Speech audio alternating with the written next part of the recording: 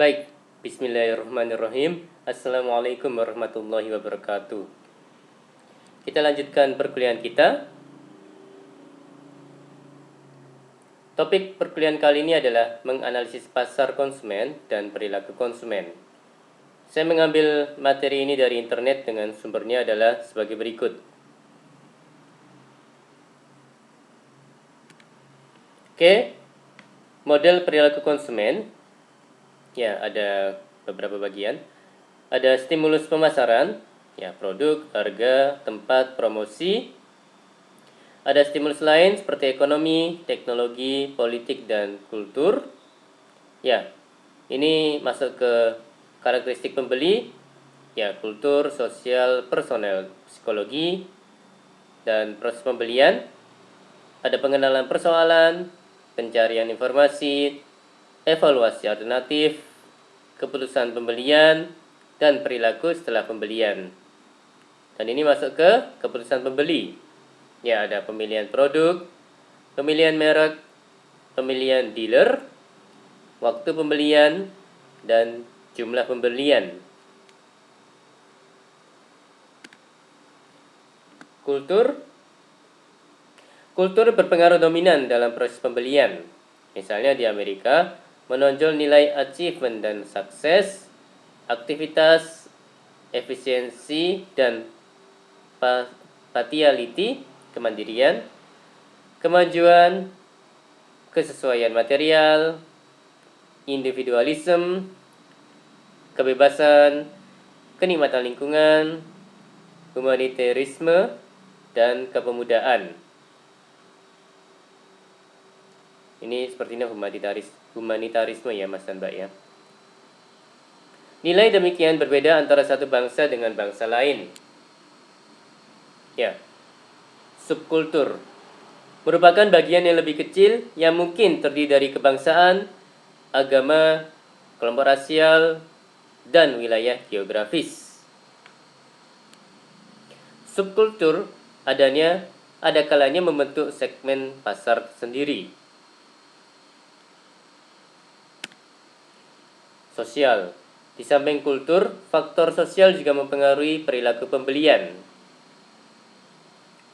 Kelas sosial, ciri ini relatif homogen, merupakan bagian dari keadaan sosial, biasanya berurutan dan anggota memiliki nilai, ketertarikan, dan perilaku yang sama atau mirip. Kelas sosial tidak hanya mewakili pendapatan, akan tetapi juga pekerjaan, pendidikan, dan tempat tinggal.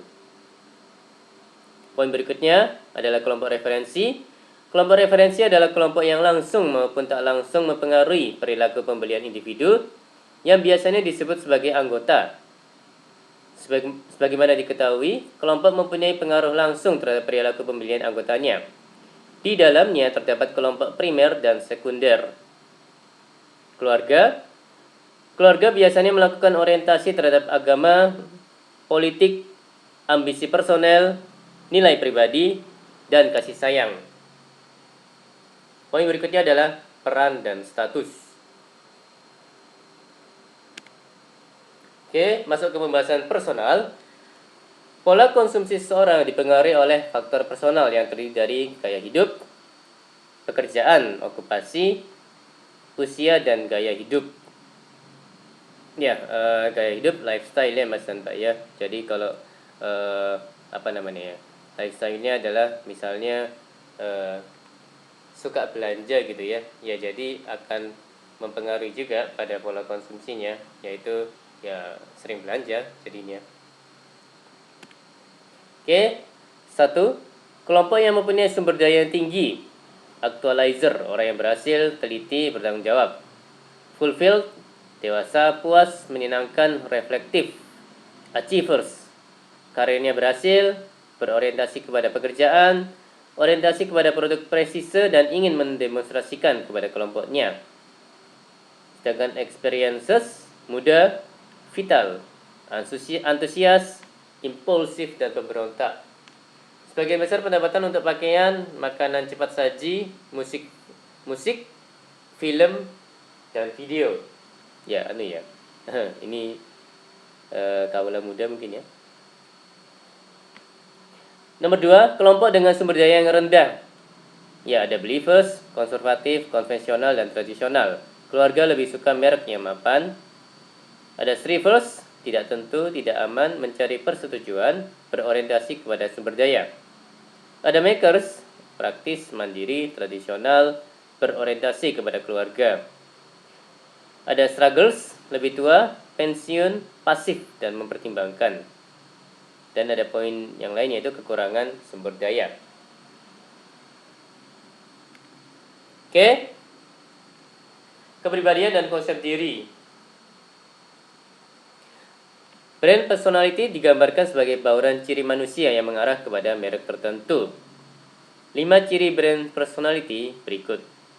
1. Sincerity, dapat dipercaya, jujur, dan pemberi. Yang 2. Excitement, pemberani, berdaya juang, imajinatif, dan up to date. Yang berikutnya competence, layak, intelijen, dan berhasil. Yang keempat sophistication, kelas atas dan cakap. Yang kelima adalah ruggedness, keras. Oke. Kepribadian yang mempengaruhi pembelian, ada psikologi, ada persepsi, ada pembelajaran, learning, dan beliefs and attitude.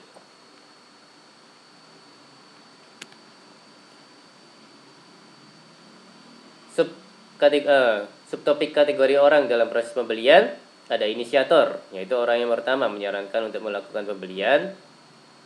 Yang kedua, influencer, orang yang memberi pandangan atau advice yang mempengaruhi. Ya, ini Mas dan Mbak sepertinya sudah sangat paham ya terkait dengan influencer ini. Yang berikutnya, decider, orang yang memutuskan. Yang keempat, buyer, orang yang melakukan pembelian. Dan yang berikutnya adalah user, orang yang memakai produk yang dibeli. Oke, masuk ke subtopik perilaku pembelian. Perilaku pembelian kompleks. Pertama, orang akan membangun keyakinannya kepada produk tertentu, ya misalnya produk shampoo gitu ya.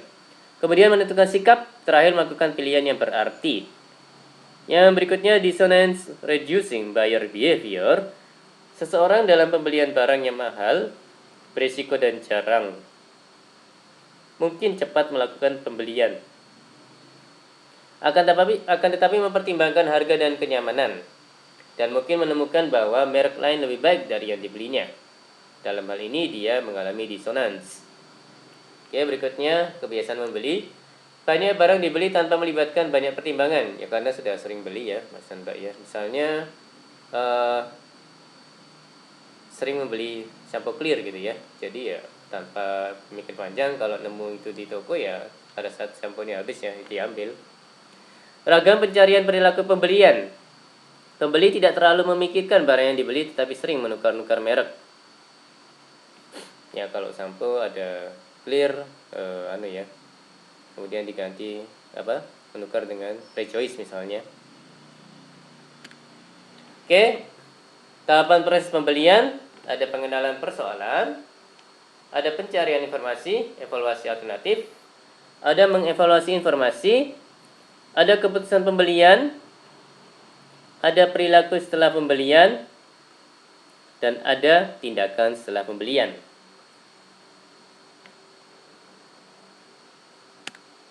Oke, baik, berikut adalah faktor yang mempengaruhi keputusan pembelian. Ya, ini ada mengevaluasi alternatif ya, banyak pilihan, kemudian masuk ke keinginan pembeli, kemudian masuk ke perilaku orang lain dan faktor yang tidak diantisipasi, kemudian ini berujung kepada keputusan membeli.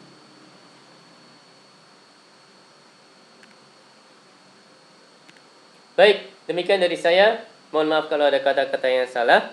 Terima kasih atas perhatiannya. Wassalamualaikum warahmatullahi wabarakatuh.